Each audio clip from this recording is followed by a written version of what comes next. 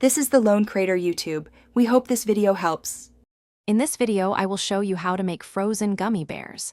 First, gather your essential supplies. You will need your favorite gummy candies, like bears or worms, and a freezer-safe container. A container with a lid is ideal, or you can use plastic wrap. For a fun twist, consider small silicone molds.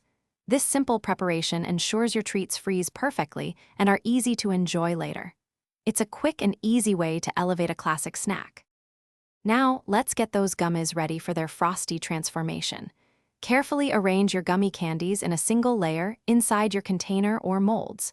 It's important not to overcrowd them, as this helps prevent them from sticking together during the freezing process.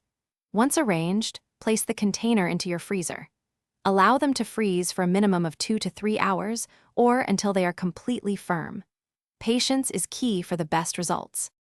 Once your gummy bears are perfectly frozen, it's time to enjoy them. You can serve them directly from the freezer for a wonderfully firm and chewy texture.